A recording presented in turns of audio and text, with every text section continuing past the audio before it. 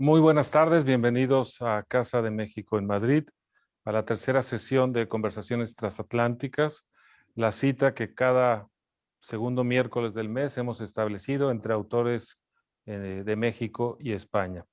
Esta sesión que sucede en la tarde española, en la mañana mexicana, es en vivo y me da mucho gusto recibir en estas conversaciones a Juan José Millás y a Enrique Serna. La sesión de esta tarde mañana la vamos a dedicar al difícil arte del cuento, pero antes me gustaría presentarles a nuestros invitados. Juan José Millás Valencia, 1946, es uno de los autores contemporáneos españoles más importantes. Ha logrado un estilo propio en los diversos géneros que cultiva: la novela, el dietario, el relato breve, la pieza periodística, la columna de opinión. El conjunto de su obra suscita reconocimiento de la crítica y muchos lectores. Extraña y difícil paradoja. Pese a la variedad de registros como narrador, es imposible no reconocer una obra suya. Hay un estilo Millás de entender el mundo, hecho de ironía, compasión, humor y no pocas veces autoescarnio. Pionero en la defensa de la condición de la mujer en la sociedad española, como atestigua su libro sobre el llamado caso Nevenka, Millás es uno de los pocos escritores preocupados de verdad por el conocimiento científico. Como sabemos, sus lectores de algunos de sus más osados reportajes en El País semanal, y como demuestra en su más reciente libro, La vida contada por un sapiens a un neandertal, un diálogo original y muy creativo con el paleoantropólogo Juan Ignacio Arzuaga sobre la singularidad o no de la especie humana. Enrique Serna, de la Ciudad de México, 1959, es un narrador y ensayista indispensable de la escena cultural mexicana. Guionista de telenovelas y de la vida de grandes figuras populares como Jorge Negrete y María Félix, columnista desde el mítico Sábado de Humberto Batis en el Uno más Uno hasta nuestros días en Letras Libres. Tres de sus pasiones intelectuales son el erotismo, la historia y el papel que juegan en el debate público los intelectuales, no siempre edificante, como ha contado en algunas de sus novelas. Su más reciente novela, El vendedor de silencio, una recreación de la vida del periodista de Excelsior Carlos de Negri, combina esas tres pasiones creativas. La novela es una magistral recreación de la Ciudad de México en los años 50 y 60. Al mismo tiempo es una muestra de la más vil de las corrupciones periodísticas, de las que Negri era una especie de sumo sacerdote, y además su vida, la de Negri, estuvo marcada por el abuso y el machismo a las mujeres.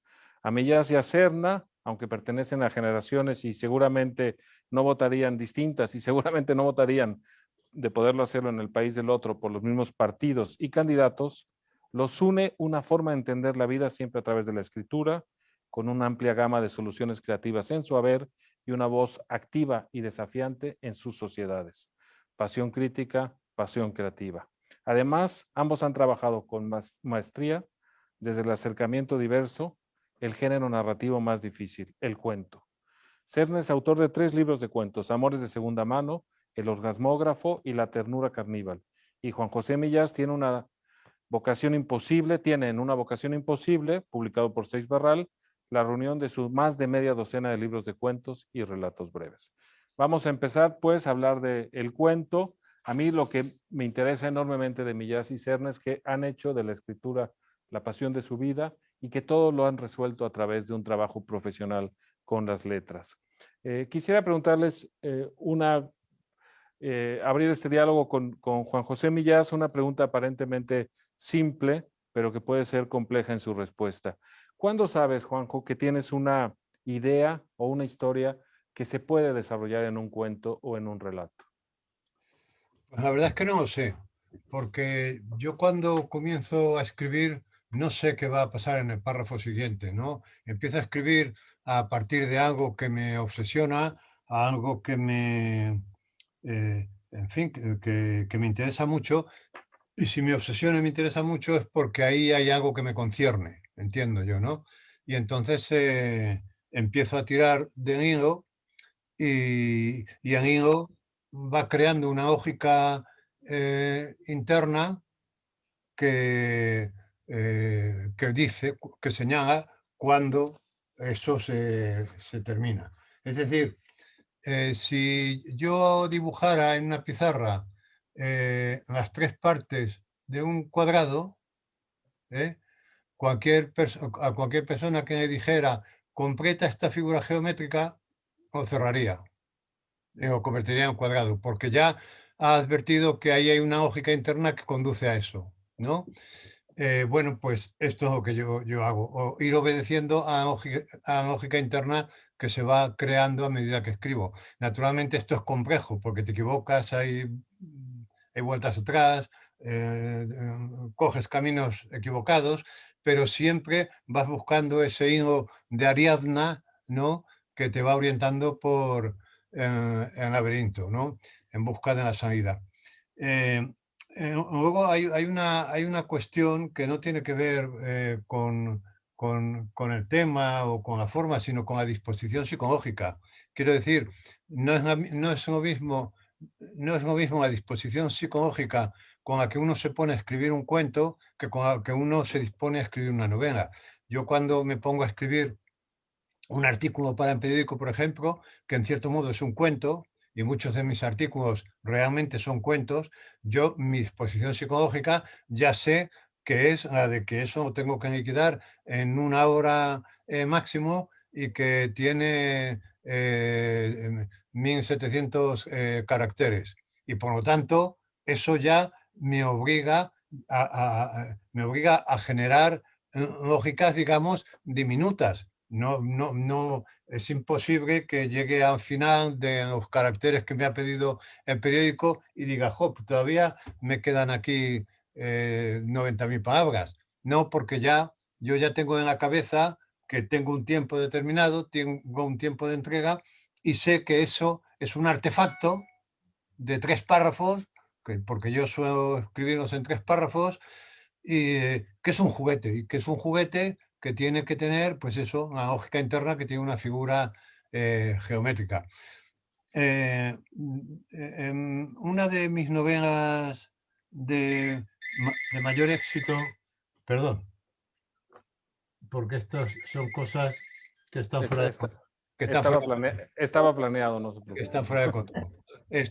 Una de las decía que una de las mis novelas más exitosas, que se llama Desde la sombra, sobre la Ujú. que se acaba de hacer una película, por cierto, se acaba de rodar una película, está en fase de montaje, está sacada de un cuento que aparece en una novela mía del año 87, creo, de El desorden de tu nombre, donde se esbozan cuentos que está escribiendo un escritor, ¿no? Y ahí hay una idea latente que muchos años después se ha desarrollado en novela, ¿no?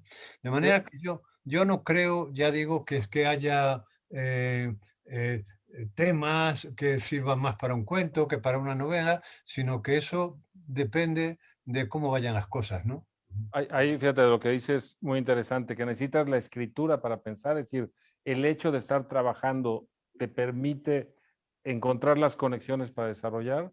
Dos, que lo determina si es una petición del periódico, el espacio fijo. Y Claro. quizá tres, también que una historia puede repetirse en tu obra y tener ecos distintos, ¿no? No Y sé, en tu caso, en la disposición psicológica es muy importante. Es decir, claro, la disposición con la que uno se pone a escribir. Si uno tiene una idea y dice, bueno, voy a hacer un cuento con esto, pues esa disposición psicológica influye mucho en que finalmente eso sea un cuento, ¿no? La disposición claro. psicológica de Enrique cuando escribió Vendedor de Silencios, por ejemplo, no era de resolver eso en un reportaje de 10 páginas para el periódico, sino Pues que no, sabía que era un libro y nos lo va a decir, sabía que era claro, un libro largo. Entonces, claro, la disposición psicológica pues es distinta, porque sabes que mañana te vas a volver a sentar con el mismo y pasado que vas a estar a lo mejor 2, 3 años con eso, ¿no?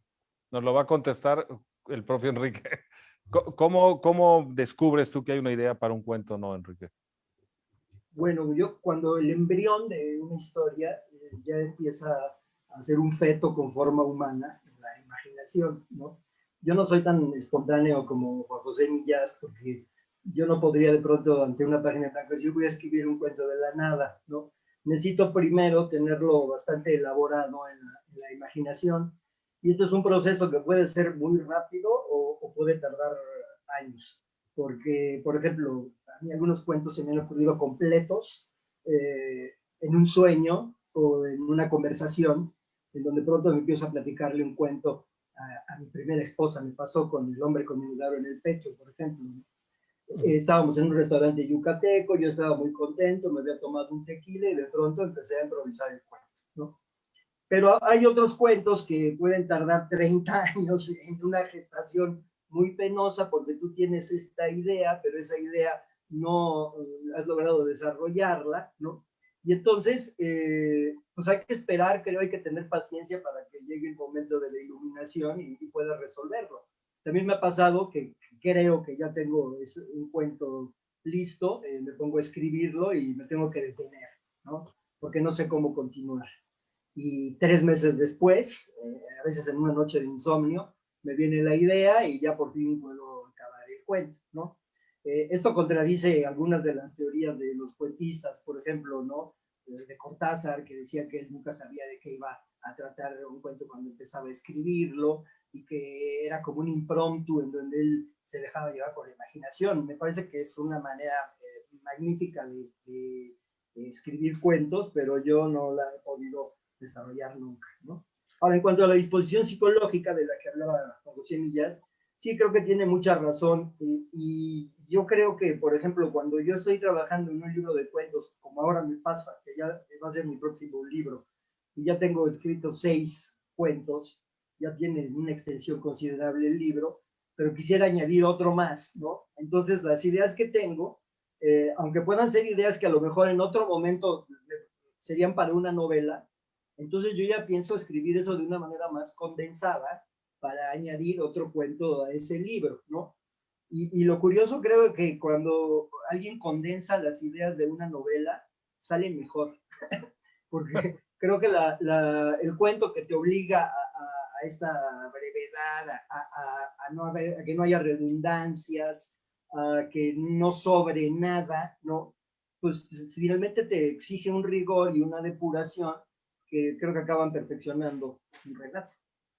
Ahí es famosa la cita de Augusto Monterroso, que se disculpaba por haber entregado una novela y es que decía que no había tenido tiempo de corregirlo y dejarlo en un cuento, por ejemplo, ¿no? Pero escuchándote, Enrique, veo un proceso totalmente distinto al de Juanjo Millás, porque tú la trabajas en la imaginación y te sientas una vez que tienes perfilada una idea, ¿no? En cambio, Juanjo va pensando mientras escribe, en cierto sentido. Yo quería preguntarles ahora, quizá empezando con Enrique, para ir alternando también los turnos, que me dijeras para ti, ¿qué define un buen cuento, Enrique? ¿Cuál es cuando dices, estoy delante de un buen cuento, cómo lo juzgas? ¿Cómo lo percibes? Bueno, mira, yo no escribo ficciones, sino que escribo cuentos extensos y tengo cierta predilección también por ese tipo de relatos. Entonces creo que para mí los mejores cuentos son los que narran un parteaguas existencial, ¿no? Un episodio de la vida de alguien que hace que ya no vuelva a ser el mismo, ¿no? A los Raymond Y a Carver. veces, bueno, sí, en el caso de Raymond Carver o de Chekhov, esos parteaguas son muy sutiles, ¿no? Son casi imperceptibles, pero ha habido ya una fisura en el alma de los protagonistas que te hace pensar que ese episodio, aunque aparentemente sea baladí, ¿no? En realidad es algo que trascendental, ¿no? Y en otros cuentos, obviamente, los cuentos que tienen finales sorpresas, los cuentos fantásticos, donde ocurren hechos sobrenaturales, pues son más evidentes esos parteaguas, ¿no? Porque después de vivir experiencias tan terribles, la gente ya no vuelve a ser la misma. Yo me acuerdo que así empiezan muchos cuentos de Lovecraft que yo leí en la adolescencia. Decía, después de los terribles acontecimientos que me llevaron a este asilo de dementes, y entonces yo decía, esto lo tengo que continuar porque ¿Qué cosa tan terrible le pasó a este hombre, ¿no? Y ese gancho que tienen los cuentos fantásticos, pues está avisando ya desde el principio del cuento que va a haber esa parteaguas, ¿no? Claro. Y en tu caso, Juan José Mellás, ¿para ti qué es un buen cuento? ¿Qué lo define? Bueno, pues tendría que ser, tendríamos que ver un cuento concreto. Quiero decir, que no sabría decir en general qué define un buen cuento, ¿no? Más allá de lo obvio, ¿no? Eh, yo a un buen cuento me pido que, o sea, cuando veo un buen cuento ya, cuando veo un cuento y me gusta, me pregunto por qué me ha gustado. Porque muchas veces me gustan cuentos que no me deberían haber gustado, ¿no? O al revés, no me gustan cuentos que me deberían haber gustado, ¿no? De manera que no sabría decir en general, pero si no aplicar los principios que aplico a escritura. Me gusta que haya ciertos expresivos, que en cada frase haya un drama, ¿no? Pero en fin, tendríamos que hablar de un cuento concreto. No sabría decir que me pida un cuento porque eh, si no me pediría todos lo mismo, ¿no? Y a mí hay cuentos de muy distinta naturaleza, de muy distintos contenidos temáticos, de muy distintos contenidos formales que me gustan igualmente, ¿no? Y en ese sentido, para Juanjo, para ir alternando también, ¿te interesa porque yo diría que hay como dos tipos de cuentos, el cuento tradicional que se pierden los orígenes de la literatura y de la humanidad y que tiene unas ciertas reglas descubiertas o tipificadas por Prop, y el cuento moderno que para muchos nace con Edgar Allan Poe.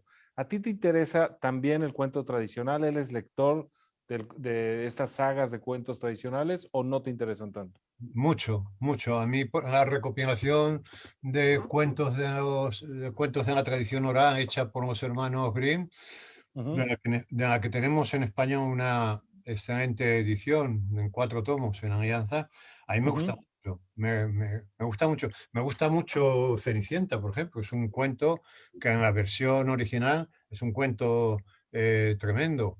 O, muy o cruel, ¿no? Sí, muy cruel, pero de una crueldad tan pertinente, ¿no? Y, por ejemplo, yo qué sé, y me interesa mucho Andersen, que sin ser un autor de la tradición oral, tiene cuentos que parece que han salido de la tradición oral, como El Rey Desnudo, por ejemplo, ¿no? Ujú. Es decir, que sí, sí, me interesa mucho porque además la literatura nació en forma de cuentos y la primera información que tuvimos, que los seres humanos tuvimos sobre la realidad, fue el cuento de la tradición oral. ¿Eh? De manera que nosotros somos hijos del cuento literalmente. ¿Eh? Es decir, no hubo primero una literatura científica o ni siquiera hubo en paralelo, sino que la información sobre la realidad, la información sobre el mundo, empezó con aquellos relatos que se contaban alrededor del hombre después de un día de trabajo y que no tenían por objeto entretener a los oyentes, los entretenían porque eran muy buenos, sino darles una información preciosa sobre el mundo, sobre la realidad. Y cuando nos preguntamos para qué sirve la literatura, yo digo, sirve para eso, para lo que servía en aquellos tiempos remotos cuando ni siquiera se había inventado la escritura, cuando esos cuentos se transmitían oralmente. Para eso sirven, para contar Co- el mundo, ¿no? Colindando con la mitología, ¿no? Que es mito y Sí, cuento nacen de la mano en cierto sí, sentido, ¿no? tiene la frontera. El mito traduce una generalidad que concierne a un colectivo. Exacto. Está, Y el cuento lo y, el, cue- personaliza. y el O cuento lo, y el cuento representa la realidad. No es la realidad, pero la representa porque además los seres humanos solamente podemos acceder a la realidad a través de sus representaciones. y en tu caso, Enrique, ¿te interesa las sagas del cuento tradicional? ¿Las sigues, lo lees? Sí, muchísimo. Por ejemplo, me encantan Las Mil y Una Noches, me encanta El Ujú, Conde Lucanor, por ejemplo, para mencionar un clásico de la lengua española, ¿no? Y creo que se aprende mucho con ellas, porque yo creo que el cuento es un género que no ha evolucionado demasiado a lo largo de la historia. O sea, es un género que tiene una forma clásica que nunca va a desaparecer, ¿no? Y esa forma clásica yo creo que prevalece, a pesar de que haya también un cierto movimiento de vanguardia dentro del cuento, ¿no? Pero tú decías, por ejemplo, los cuentos de Edgar Allan Poe como fundadores del cuento moderno, ¿no? Y Ujú. sí, sí lo son, pero son tan diferentes a los relatos de las mil y una noches, pues lo son quizá en el sentido de que hay se plantea, como decía Todorov, ¿no? En su ensayo sobre la literatura fantástica, la realidad, ¿no? Pragmáticamente, y en esa realidad irrumpe lo sobrenatural, mientras que en los relatos de la época del pensamiento mágico, ¿sí? Lo sobrenatural era la vida cotidiana, o sea, nunca tendrías que ponerte en un plano realista, porque sencillamente eso no existía, que fue lo que luego retomaron los escritores del realismo mágico en Latinoamérica, ¿no? Porque son países, los nuestros, donde todavía prevalece, por desgracia creo yo, el pensamiento mágico, ¿no? Entonces, a mí sí, es algo que me encanta leer, me encantan también los cuentos de los románticos alemanes, por ejemplo, ¿no? Que recogen estas tradiciones, ¿no? Y pues creo que es algo a lo que siempre hay que estar regresando constantemente. Y que en México hay una cierta tradición incluso de cuentos que vienen del mundo prehispánico, algunos de ellos vivos en la tradición oral y que son apasionantes también, ¿no? Es para... Sí, claro. De hecho, publicó hace 3 o 4 años una antología de cuentos populares mexicanos, Fabio Morávico, muy buena, ¿no? Ujú. Que está publicada en el Fondo de Cultura Económica. Hay historias, lo que tienen los relatos populares es que siempre siguen un patrón que tiene a veces pocas variantes, ¿no? Entonces, eso puede resultar quizás algo tedioso, pero la manera de sostener el interés y demás es en algo que puede darle muchas herramientas a un escritor contemporáneo. Y en el caso de los cuentistas, yo, digamos, he leído muchas poéticas narrativas. Hay una tentación de los cuentistas a contar cómo se hace un cuento, escribir sobre cuáles son las características del género, ¿no? Está en Poe, está en Cortázar, ya decía, está en Quiroga, está en Hemingway y en muchos otros. Tú, Juanjo, ¿has pensado en tu poética narrativa o es así intuitiva y no, o te interesaría compartirla? Es No, pregunta, ¿eh? bueno, yo, hombre, es muy difícil escribir, no reflexionar sobre lo que escribes. Yo en el cuento, bueno, hay una definición de cuento que a mí me gusta mucho, que es de un autor norteamericano, que decía que en el cuento todo conduce hacia un instante único, aquel en el que en efecto se produce y el lector siente la máxima satisfacción. Creo que es una definición estupenda. Todo conduce, en el cuento todo conduce hacia un instante único, aquel en el que en efecto se produce y el lector siente la máxima satisfacción. Es la definición de un orgasmo. Exactamente.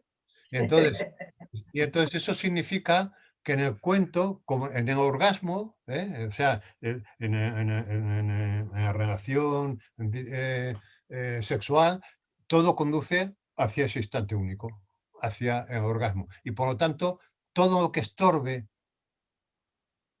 a esa dirección sobra. En el cuento pasa eso, todo tiene que conducir. Esa definición me gusta mucho. Ahora, aparte de esto, yo creo que hay dos clases de cuentos, hay mucho más, pero desde mi punto de vista, ¿no?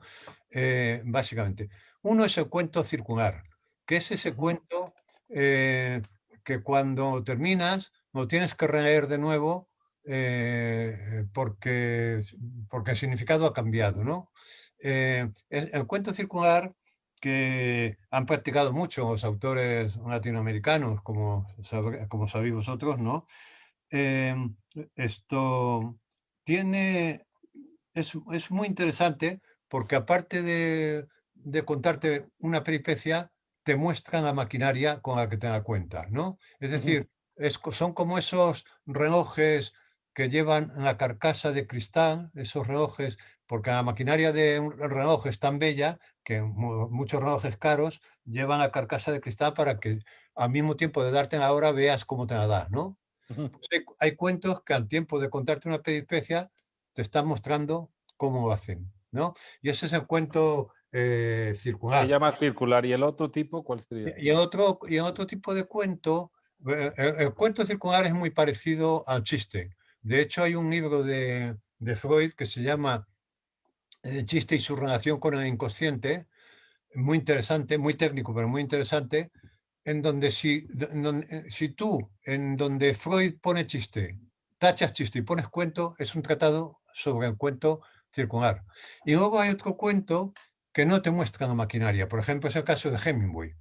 Hemingway te coloca a dos personajes, un padre y un hijo, que se van a pescar, yo qué sé, y ahí parece que no pasa nada. Es un poco, bueno, ahí parece que no pasa nada, es decir, no ves la maquinaria, pero sin embargo tiene una lógica interna brutal, ¿no? O sea, tú sientes cuando terminas la máxima satisfacción. Sin embargo, si pretendes ver en la maquinaria, no se la encuentras, porque La está... famosa teoría del punto, de la punta del iceberg, ¿no?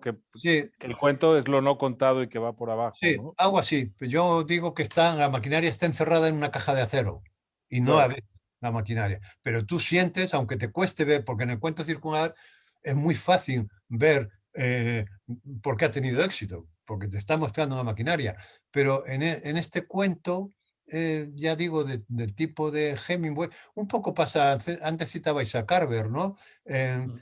Bueno, pues son cuentos que empiezan de un modo absolutamente cotidiano, con una persona que ha perdido el trabajo y eso parece que no va a ningún sitio y tal, y no hay voluntad de circularidad, no hay voluntad de buscar ese efecto del chiste, de la sorpresa final, ¿no? Y sin embargo, pese a ello, ese cuento tiene una unidad, cuando son buenos, tiene una unidad brutal y así lo siente el lector, ¿no? Y en tu caso, Enrique, ¿tienes una poética? ¿La has pensado? ¿Nos la quieres compartir? Bueno, en cuanto a las teorías del cuento, creo que casi siempre son parciales, ¿no? Sirven para que un cuentista describa cuál es su manera de escribir, ¿no? Pero creo que nunca se puede generalizar, ¿no? Eh, Pienso, por ejemplo, en las 10 tesis sobre el cuento de Ricardo Piglia, ¿no? Ujú. Que habla justamente sobre estos cuentos de Hemingway que mencionaba Juan José Millás y también sobre los de Borges, ¿no?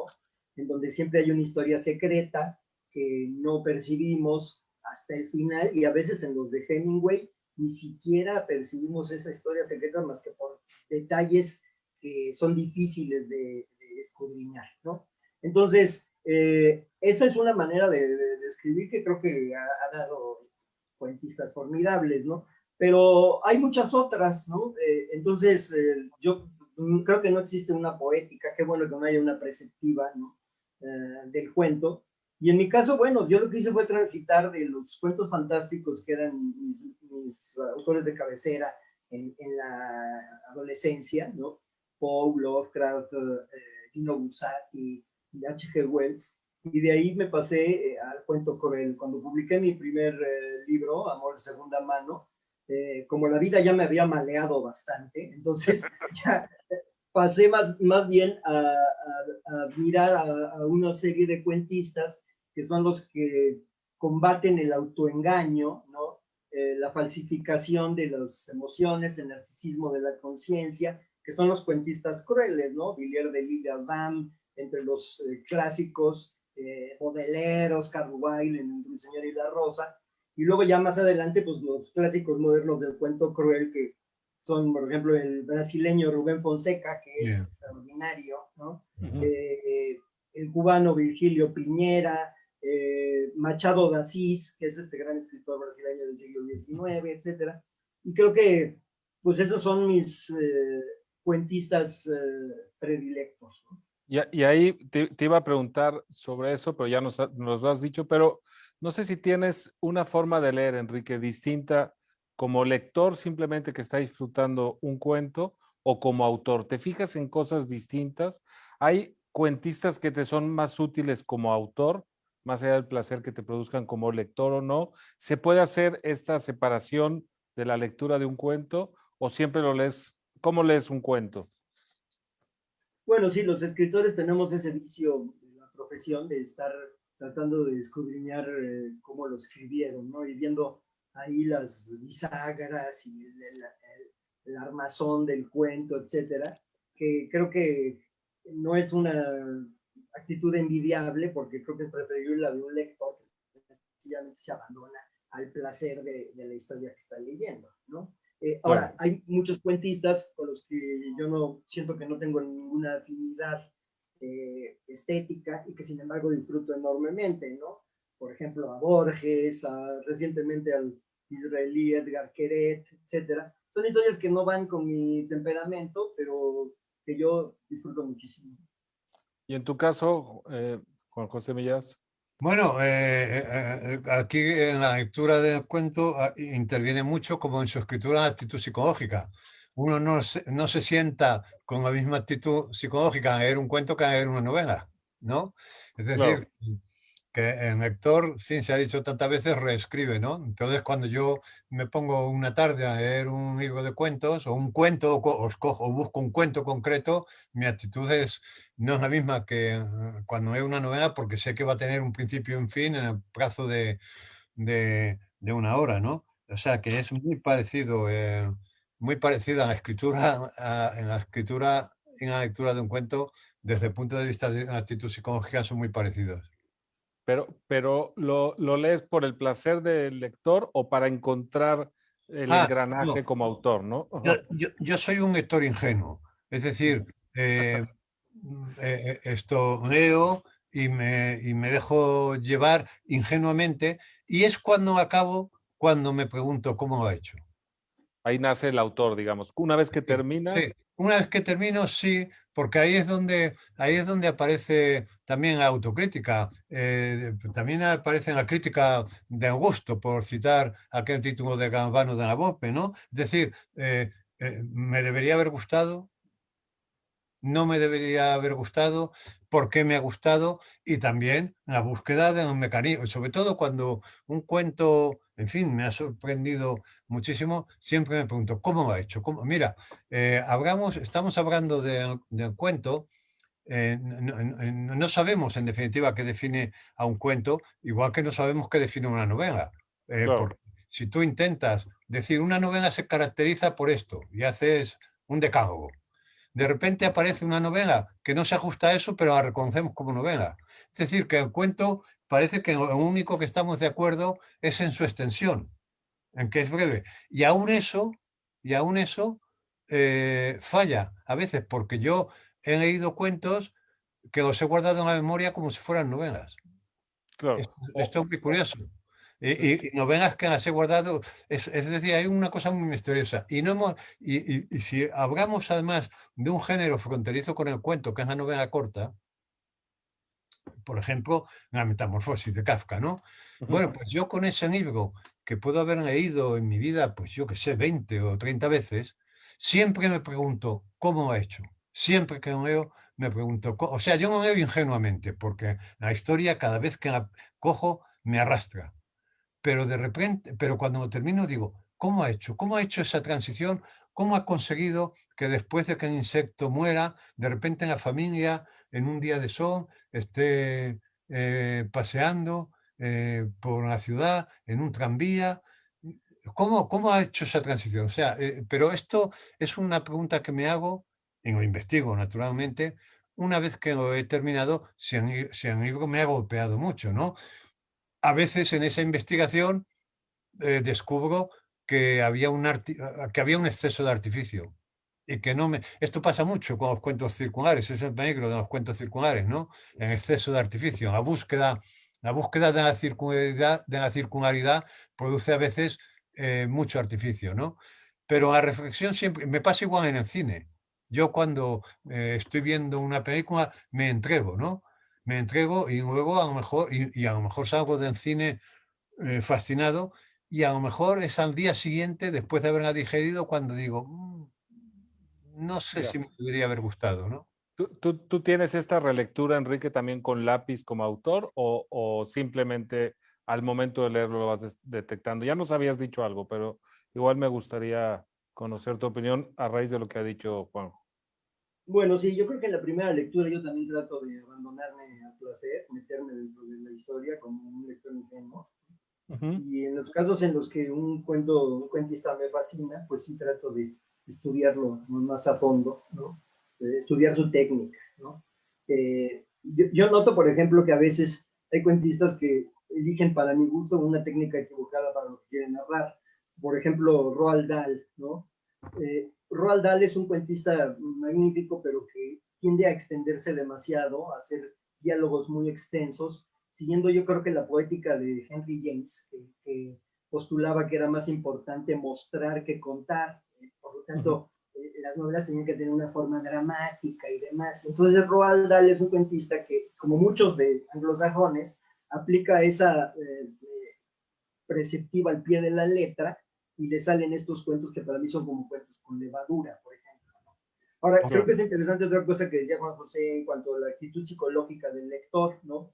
Porque yo creo que los lectores contemporáneos, la mayoría, por desgracia, no están dispuestos a hacer el esfuerzo imaginativo que se necesita al principio de cada cuento de un libro, ¿no? En ese sentido, la novela les exige un esfuerzo menor, porque la novela tú entras dentro de un mundo ficticio y digamos que ahí puedes nadar de a muertito hasta el final, y si son 500 páginas, la mayoría de los lectores lo prefiere porque no se les acaba, ¿no? Mientras que un cuento, pues tienes que renovar al principio de cada historia ese esfuerzo imaginativo. Eso, curiosamente, los niños sí lo hacen, ¿no? Porque los niños incluso llegan a ser pesados porque te piden, a ver, cuéntame otro cuento, papi, cuéntame otro, ¿no? Quieren una nueva historia en la que meterse rápidamente. Y creo que esa es una de las desgracias, porque es lo que ha rinconado un poco al cuento en términos de mercadotecnia editorial, ¿no? Al grado de que actualmente ya hay editoriales que no quieren publicar libros de cuentos, ¿no? Cosa que me parece una barbaridad, porque es como si dijéramos, ya no va a haber más que pintura mural y ya no hay pintura de caballete. Claro. Cuando además lo que no habría que pedirle al lector es que se enfrente a ese libro de cuentos como si fuera una novela, justamente. Lee un cuento como hace Juanjo, guárdalo en tu estantería, a las semanas, meses, cuando quieras, vuelve a otro. No necesitas leerlo justamente de corrido, a menos de que el planteamiento del libro te lo exija. Como hemos pensado estas conversaciones entre México y España, yo creo que sería útil para todos los que nos siguen en vivo que nos recomendaran algunos autores de cuentos de cada país. No sé si quisieras tú, Juanjo, recomendarnos, no sé, 5 autores españoles de cuentos de todos los tiempos que te interesen, que pudieran servirle a la gente que nos está siguiendo. Bueno, Sobre todo en México, ¿no? en la literatura clásica española, pues hay cuentos y novelas cortas excelentes, ¿no?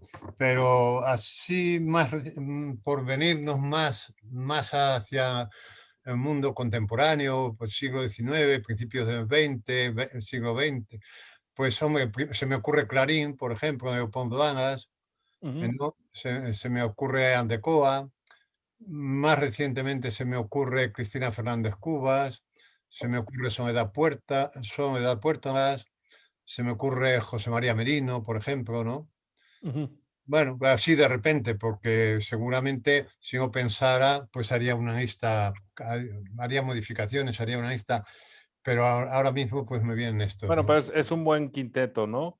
En el caso de México, Enrique, si quieres también explicar un poco a los autores que te gustaría recomendar para los lectores españoles, porque yo creo que sí hay una cierta disparidad entre la cultura mexicana y española, porque el lector culto mexicano, el estudiante universitario, ve a la cultura española con una familiaridad y un conocimiento que muchas veces no pasa a la inversa, ¿no? Y me parece que es injusto y me parece que es un error de bulto de la cultura española. Y en ese sentido, no solo tus gustos, sino por qué 5 cuentistas mexicanos que quieras compartir. Sobre todo pienso en los jóvenes lectores españoles. Bueno, algunos de ellos son, digamos, clásicos, como por ejemplo Juan Rulfo, ¿no? Le llaman llamas, que pues es un libro deslumbrante, un autor que logró plasmar la poesía del habla, ¿no? Mejor que no lo ha hecho nadie, quizás en todo el ámbito de la literatura hispanoamericana, ¿no? Y otro autor que me fascina es Juan José Arreola, por supuesto, ¿no? Que Juan José pues, es un lector de literatura fantástica, pero también de la literatura del absurdo, ¿no? Que tiene algunas minificciones extraordinarias, como aquella de la mujer que amé se ha convertido en un fantasma. Yo soy O el el lugar Parto de de los Montes.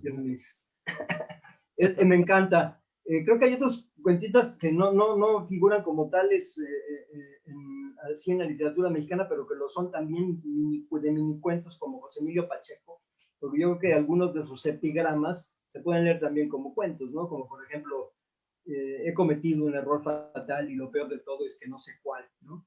Él tiene esas historias muy condensadas que creo que son estupendas.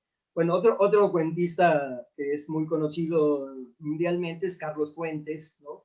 Pero quizá ese libro no se haya leído tanto en el extranjero, que es Cantar de Ciegos, que es una colección de cuentos extraordinaria, ¿no? Que yo recomendaría mucho leerle a personas que no la conozcan. Y de otros autores que estos sí son más caseros, digamos, porque no han sido exportados, Narda o el verano de Salvador Elizondo, ¿no? Que es un libro de cuentos que me encanta, ¿no? Que narran como la pérdida de la inocencia, ese creo que es uno de los temas, ¿no? Y los cuentos de Inés Arredondo, ¿no? En sus 3 libros, La Señal, El Río Subterráneo y Los Espejos, ¿no? Era una cuentista magnífica, ¿no? Que estudiaba la perversidad y llegaba a tener una penetración extraordinaria de cómo se va creando cómo se van marchitando, digamos, los sentimientos y la inocencia, ¿no? Yo recomendaría a esos autores, hay muchos otros, lamento que cometer injusticias, pero son los que de buena hora se me ocurren. Claro. No, pensando en Elizondo, que es poco conocido fuera de México, ya me parece un autor absolutamente genial. Tiene una novela corta que podría pasar como un cuento, aunque es una novela de aprendizaje, ¿no? Elsinore. Y justamente lo traigo a cuento porque me gustaría preguntarles sobre los grados de dificultad a la hora de sentarse a escribir.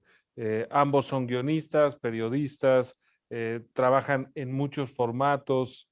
Enrique además es biógrafo también, novelistas por supuesto. Millás lleva un diario célebre del que va publicando Trancos, que es extraordinario. Entonces, a la hora del taller de la escritura, el grado de dificultad del cuento, si lo podemos clasificar, es lo que más les cuesta, es lo que menos. Un poco abordar sobre este tema. Si quieres, empiezo contigo, Enrique, para seguir alternando voces. Bueno, yo creo que la dificultad de un cuento consiste, en mi caso, en hacer un retrato psicológico lo más complejo posible, con brevedad, ¿no? Esa es una de las dificultades. Meter al lector en el alma del personaje desde las primeras líneas del cuento, ¿no? Y lograr ese efecto, ¿no? Ese efecto como de epifanía, de iluminación, que es del que hablaba Juan José, ¿no? Yo creo que cuando eso falta, o cuando hay una historia que tiene demasiados de esos efectos, ¿no? Y peca de artificiosa, ¿no? Entonces ahí, el cuento ahí se cae un poco, ¿no? Ahora, también creo que en el cuento pues, no puede sobrar nada, ¿no? Y aparte las pérdidas de interés y las caídas del estilo se notan mucho más que en la novela, ¿no? Claro. Por eso creo que es más exigente y más difícil. Hay gente que cree que el cuento es el campo de entrenamiento de la novela, pero no, yo no lo creo así. Creo que puede ser incluso mucho más difícil que la novela. Y en tu caso, Juanjo? Bueno, yo creo que lo más difícil del cuento es que te lo encarguen, porque el cuento es un género, es un cuento de encargo, es un género de encargo. De hecho, un país con una tradición cuentística tan importante como Estados Unidos, que es una literatura joven de hace 2 días, en la que los escritores se mueven con igual comodidad en la novela y en el cuento, se debe precisamente a que en el siglo XIX, los escritores, a los escritores norteamericanos les costaba mucho publicar novelas en Norteamérica porque los editores preferían publicar a los ingleses porque ya estaba testado el éxito en Inglaterra y además no pagaban derechos de autor porque no estaba regulado esto. Pero, sin embargo, había muchas revistas y muchos periódicos que encargaban cuentos. Mark Twain era un escritor de periódicos de cuentos, ¿no? Y esos encargos, el escritor norteamericano se tuvo que refugiar en el cuento porque le resolvía la vida económicamente y literariamente, y yo creo que gracias a esos encargos en la tradición norteamericana es tan interesante. Yo no sé si en Latinoamérica, donde, en fin, hay una tradición cuentística también muy importante, hay este fundamento económico. La verdad es que no lo conozco, pero a mí la verdad es que no se me ocurre escribir un cuento si no me lo encargan. Ahora, una vez que me lo encargan, lo disfruto muchísimo. Digo, qué bien, que me lo han encargado. Es curioso el elemento económico y de la industria editorial que siempre se soslaya en las discusiones de género o literarias, pero que está absolutamente presente y que determina muchas más cosas de las que pensamos, ¿no? Incluido el hecho de escribir en periódicos, que ha hecho algunos de los grandes pensadores del siglo XX, fueron la suma de artículos periodísticos. Ortega, Paz Sí. y muchos otros, ¿no?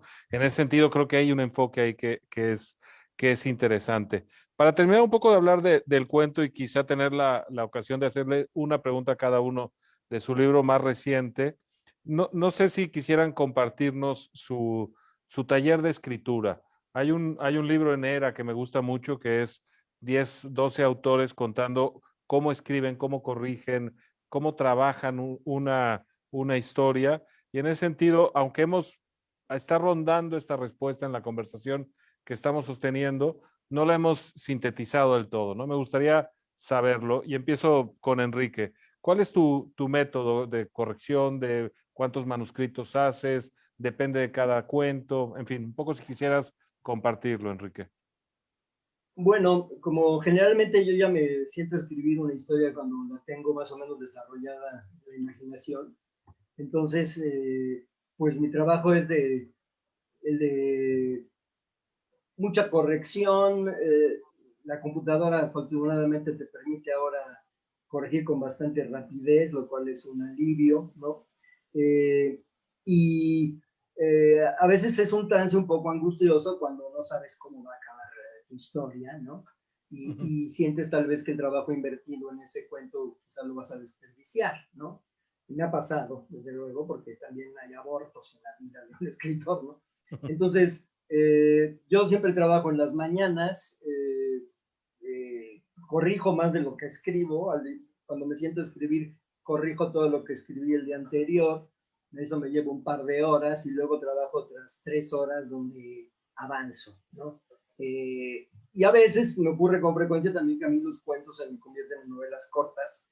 Uno de los del libro que estoy escribiendo ya tiene como 90 cuartillas y es una novela corta que incluso podría publicar aparte, ¿no? Pero no lo voy a hacer, la voy a unir junto con los demás cuentos porque no quiero dejar a los demás desamparados. ¿Y aceptas cuentos por encargo? ¿Te gusta esa disciplina que sí tiene Millás o no, Enrique?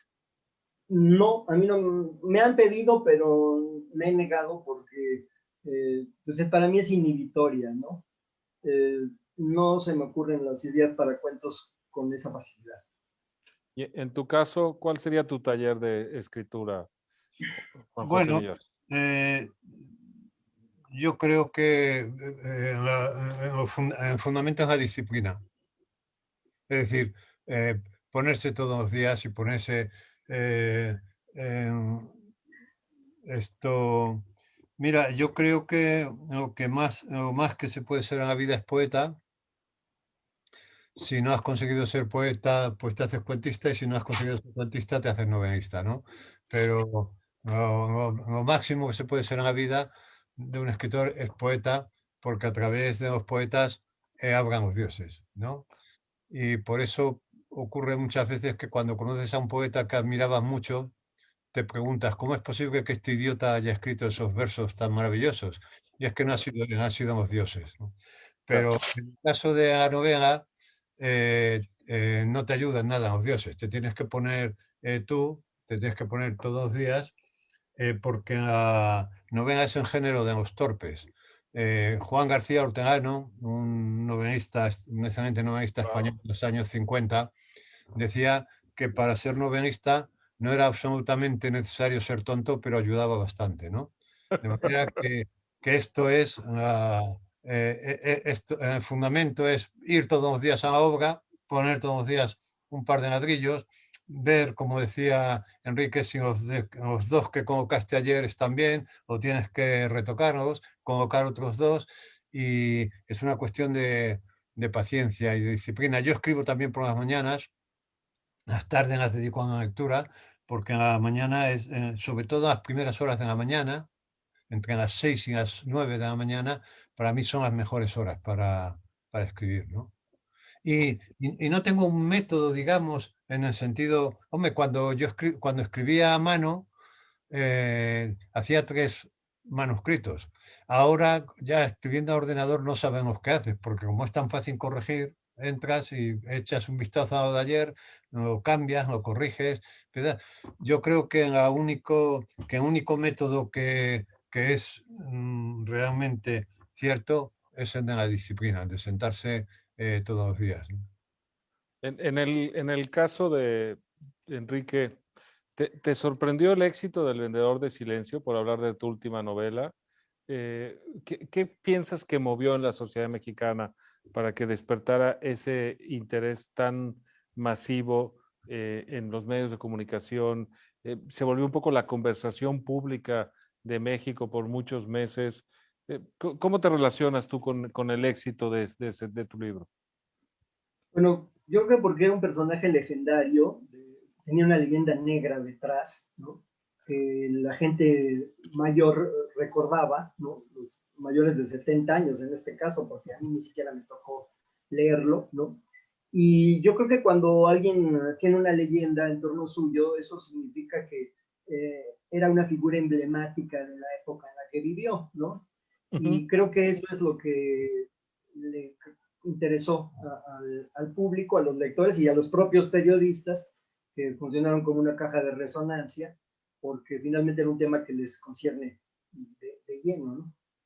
Y en tu caso, Juanjo, ¿cómo fue bueno, el libro mismo lo cuentas, cómo fue la relación con Arzuaga, ¿no? Porque parte del libro también es la historia de cómo vas construyendo este diálogo con este célebre paleontólogo español que te va llevando de la mano por el conocimiento de qué es la vida y luego qué es el ser humano. Pero no sé si quisieras compartir alguna anécdota. A mí me pareció un libro deslumbrante, muy original y que casi inaugura un género, ¿no? Porque es divulgación científica, pero la crónica de esa divulgación científica al mismo tiempo. Volviendo a lo que decías del relojero, ¿no? Es la hora y también el mecanismo de la hora, pero a lo largo de un libro muy amplio.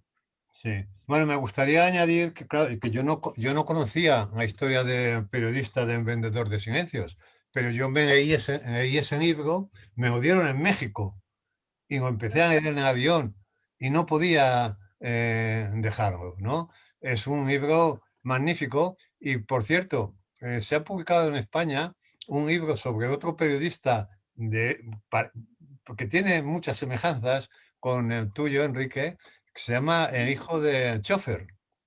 Es un libro yo leyendo ese libro me acordaba mucho del tuyo, que es también sobre un periodista, en este caso español, muy conocido en España. Es un libro que ha tenido también bastante éxito en España, El hijo del El, chofer. fu- ¿Eh? el secretario de PLA, además, fundador de Este, TV3, y esto es un es. librazo, yo coincido contigo Sí. también, ¿no? Y cuando leías, ¿no te acordabas del libro de Enrique? Había ecos sin Sí, duda. había Eh, cosas, ¿verdad? porque también representa lo peor de su época en cierto Sí, sentido, claro, ¿no? son dos periodistas corruptos Ujú. y al mismo tiempo de contar su vida, estás contando la historia de la España o de México de esos años, ¿no? Son Así es. dos libros magníficos que yo creo que tienen muchos paralelismos, ¿no? Em, bueno, a mí lo que me gustaba del libro del libro de Arzuaga, del libro que Ujú, escribí con Arzuaga, era que los materiales me vinieran de afuera, que es lo fabuloso de los reportajes, ¿no? Porque un reportaje finalmente es un cuento, en el ujú. sentido de que tú tienes que seleccionar los materiales y tienes que articularlos. Y cuando escribes un cuento pasa lo mismo. Por tu cabeza van pasando como por la moviola un montón de materiales y tú vas seleccionando aquellos materiales. Y después de seleccionarlos los articulas. Es decir, que la única diferencia, es decir, que un reportaje es un cuento, La única diferencia entre un reportaje y un cuento es que en el reportaje los materiales te vienen de fuera. Tú no te puedes inventar que alguien llevaba bigote si no lo llevaba, ¿no? Y entonces, a mí esto de en reportaje me relaja mucho de la ficción, precisamente porque me quitan esfuerzo de inventar el material, porque el material ya lo tengo, ¿no? Claro. Y entonces, pero ahora tengo que escribir un cuento con ese material. Ahora tengo que hacer el relato.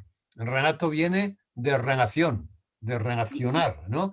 Y en este caso, además, se trataba de contar cuestiones de orden, digamos, científicos, ¿no? Pero de contarlas de manera que yo las entendiera, ¿eh? Eh, y a mí la ciencia me interesa mucho y el discurso científico me interesa muchísimo, porque creo que el discurso científico está plagado de aciertos literarios. Yo Y creo que, sí, yo creo que muchos libros de ciencia se pueden leer desde una mirada literaria, ¿no? Y al revés, mira, yo siempre digo, te reto a que busques libros que traten sobre el universo en cuyo índice onomástico no aparezca Lewis Carroll y Alicia en el País de las Maravillas. Porque hay muchos, porque en la mayoría de los científicos hay un momento en que cuando ya no saben cómo explicar las cosas, van a Alicia en el País de las Maravillas, ¿no? Y además que contestan las preguntas de la filosofía en cierto Sí, sentido, ¿no? ¿De dónde yo, venimos? ¿Dónde vamos? sí, yo creo que hubo un momento desgraciado en la historia de la humanidad, que es ese momento en el que las ciencias y el discurso científico y el discurso literario se separan, y eso es una desgracia para el discurso científico y para el literario. Y en alguna medida, modestamente, lo que hemos intentado hacer en este libro es volver a unir humanidades y ciencia, ¿no? Y Arzuaga fue leyendo los capítulos, dándote luz verde o conoció un manuscrito final, porque es curioso el rol y la relación entre ustedes, ¿no? Dentro del libro. Sí, pues fíjate que es muy curioso porque a mí mucha gente cuando me contaba que estaba haciendo esto con Arzuaga, me decía, uy, Arzuaga es muy complicado, me decían. Va a ser muy difícil porque te va a poner muchas pegas en cada cosa que hagas. Y ha sido desde ese punto de vista, la relación ha funcionado perfectamente. Yo cada vez que terminaba un capítulo, bueno, de hecho, yo tuve 2 encuentros con él y escribí 2 capítulos. Digo, se lo voy a enviar. Si estos 2 capítulos no funcionan, no hay manera. Claro. Y entonces se los envié y me dijo, esto es una bomba, esto no se ha hecho nunca, Juanjo. Eh, seguimos adelante. Y a partir de ahí, cada vez que me enviaba un capítulo, me respondía lo mismo. Es maravilloso. O sea, nada que ver con lo que me habían dicho. Hombre, sí, me corregía errores que yo había. Errores científicos, seguramente, ¿no? Claro, errores de carácter científico. No, esto es mejor que digas esto. Tal. Pero respecto a lo demás, no me ha tocado absolutamente nada. Y hemos tenido, luego en la gira de promoción, ha habido confesiones interesantes, ¿no? Por ejemplo, esto, en una presentación en Sevilla, creo que fue, Arzuaga contó que él solamente en todo el libro, solamente había propuesto modificar totalmente un párrafo como de 10 líneas. Y había mandado en la redacción, de manera que yo quité mi párrafo y puse el suyo, ¿no? Y entonces en la presentación confesó que, que Que no se me arrepentía. no me acuerdo si era su mujer o quién me dijo, está muy bien todo, pero es increíble este párrafo que no se entiende. No pega nada. Y entonces él decía, él, señalándome, llevaba razón. Y en la presentación que hicimos en Madrid, fue muy gracioso que al final, una de las hijas de Arzuaga que estaba en la presentación, se acercó a mí y me dijo, gracias a ti es el primer libro que leo de mi padre. Pues a mí me llevó a otros libros de Arzuaga que no conocía, que también es mérito tuyo. Nos indican que tenemos ya cumplido el tiempo de la conversación y vamos a abrir paso a algunas preguntas de los que nos siguieron en vivo para que el público también participe. Así que damos voz a las preguntas. Hola, ¿qué tal? Buenas tardes a Juan José, a Enrique y desde luego a todo el público que nos sigue en esta conversación. Han llegado bastantes preguntas, espero que nos dé tiempo a leer por lo menos las más importantes y lo que es más importante todavía, a darles alguna respuesta interesante, que sin duda será el caso. Carla Rojas hace el siguiente comentario con una pregunta. En Hispanoamérica parece haber un auge del cuento fantástico. ¿Qué dirían que sucede en el cuento español actual? Para el que quiera, ¿eh? Bueno, Indistinto. yo creo que no es un momento especialmente bueno para cuento español actual. De hecho, yo creo que se contarían con los dedos de una mano los 5 cuentistas, digamos, actuales, de momento que... Porque yo insisto en que es un género al que me viene muy bien en encargo. Hubo una época en la que el periódico El País, por ejemplo, en las Navidades y en verano, encargaba cuentos. Y claro, eso generaba es lo que yo contaba de Estados Unidos. La tradición cuentística de Estados Unidos viene de ahí, viene del encargo, ¿no? Y entonces, como el cuento es un género minusvalorado, es decir, cuando un lector se va a comprar un libro que le cuesta 20 euros, piensa que pues, se invierte mejor si se invierte en una novela que en un libro de cuentos, ¿no? Por eso yo creo que en libro de cuentos, en sociedades como la nuestra, donde espontáneamente no se escriben, pues deberían de encargarse, ¿no? Y eso iría creando, porque hubo el caso es que España goza de una tradición cuentística muy buena, ¿eh? Pero muy interesante, pero yo no diría que este sea un gran momento para el cuento español. Y en el caso de la primera parte de la pregunta, Enrique, ¿estarías de acuerdo que hay un boom de cuentistas hispanoamericanos? Bueno, primero nada, le quiero agradecer la recomendación que me dio Juan José Millar del hijo del chofer. Bueno, aquí en México decimos chofer, allá dicen chofer, pero lo voy a leer con mucho interés. Me asombra que haya estas coincidencias. Y bueno, en cuanto a el boom del cuento, yo creo que siempre ha habido una importante producción cuentística en México, ¿no? Y en el resto de Latinoamérica no se diga, ¿no? Tenemos aquí a dos escritores que son así como faros, ya mencioné a Rulfo, pero también están en Argentina Cortázar y Borges, ¿no? Del cuento fantástico. Entonces yo creo que el cuento fantástico pues, va a seguir dando bastante obras importantes, ¿no? Ahora, la verdad, pienso en cuáles escritores contemporáneos de cuento fantástico y no me vienen a la memoria, ¿no? Cuentistas, pues sí ha habido algunos buenísimos, ¿no? Ricardo Piglia, en México, bueno, Heraclio Cepeda, me faltó mencionarlo, ¿no? Del Zulú, que es un libro de cuentos bastante rumfiano, ¿no? Que recupera el habla de la región de Chiapas, de los lacandones, ¿no? Que son unos cuentos Ribeiro. magníficos. ¿Perdón? Julio Ramón Ribeiro. Decía yo que citando claro, cuentistas latinoamericanos, Ribeiro, qué grande también, estupendo, ¿no? estupendo, desde luego. Es que Latinoamérica produce muchísimo cuento y muy bueno, ha producido muchísimo cuento y muy bueno. Vamos a la siguiente pregunta, Juan Carlos. Sí. Natalia Cantero pide si se le podría recomendar alguna antología que se pueda conseguir en España o que esté editada en España para iniciarse en el cuento mexicano. Y yo añadiría que sería también interesante saber si recomiendan alguna antología del cuento español. En este caso quizás sea más fácil conseguirla en ambos lugares. Yo no sé, no sé, pero yo te diría que en el caso mexicano que leas a Rufo directamente o que leas a Fuentes directamente, no buscaría una antología, iría, porque es que son autores, es que Llano en Llamas, que además suele venir editado con la novela Con Pedro Páramo, ¿no? con Pedro Páramo, que está en la frontera, porque es una novela corta, ¿no? pues es que ¿para qué necesitas antologías pudiendo leer directamente ese libro maravilloso? En fin, o Fuentes que ha citado. Me viene a la memoria el cuento este de Fuentes que siempre me volvió loco, ¿no? De Aura, ¿no? En fin, no, yo no conozco a las antologías, pero creo que no hacen falta porque se puede ir directamente a los autores, ¿no? Hay una muy bonita de Jorge Fernández, publicada en el Fondo de Cultura y que se puede conseguir en España y que creo que podría ayudar a esta lectora a conocer una variedad amplia de cuentistas mexicanos.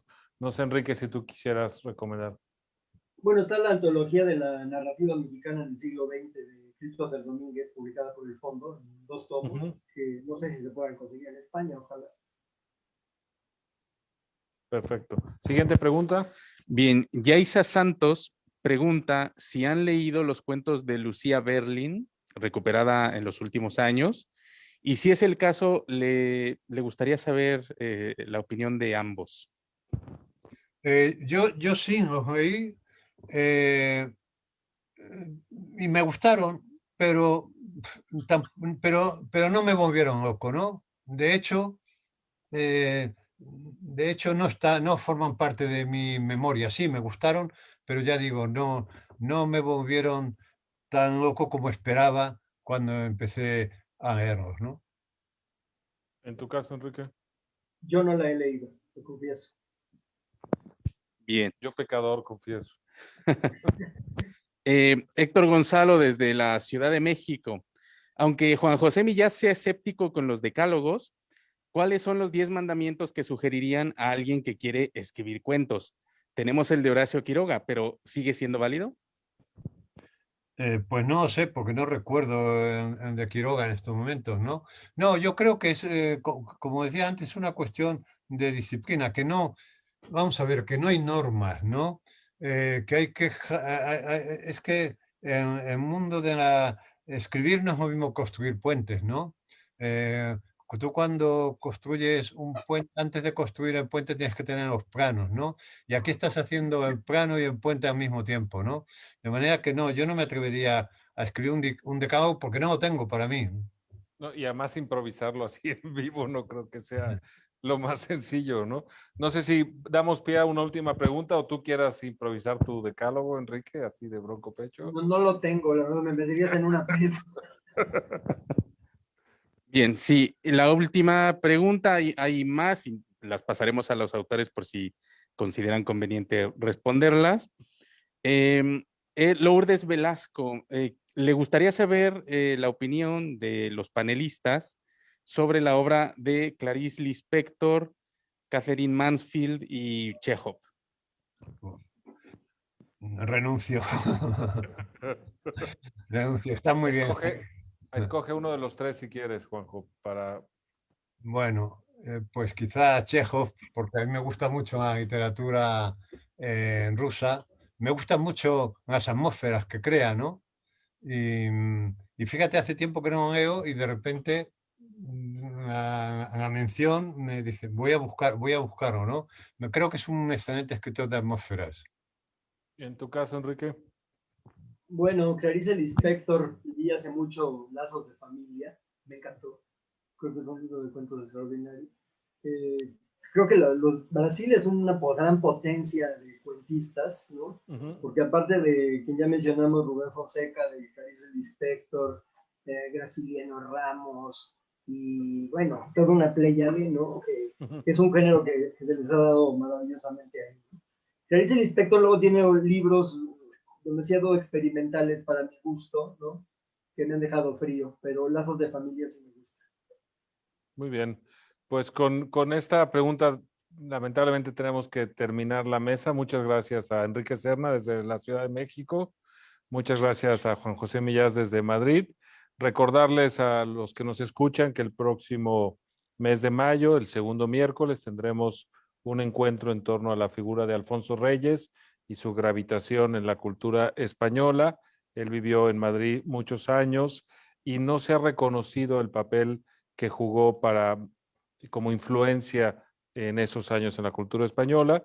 Y para discutir Reyes, esta figura olvidada y magnífica al mismo tiempo de la cultura mexicana y su estancia en España hemos convocado a 2 catedráticas de primerísimo nivel, Esperanza López Parada y Susana Quintanilla. Así que los esperamos en mayo con la siguiente sesión y yo me despido otra vez de Juanjo y de Enrique. Muchas gracias a ambos. Ha sido un placer y un abrazo fuerte, Enrique. Cayuela, Igualmente, Gracias. José. un abrazo.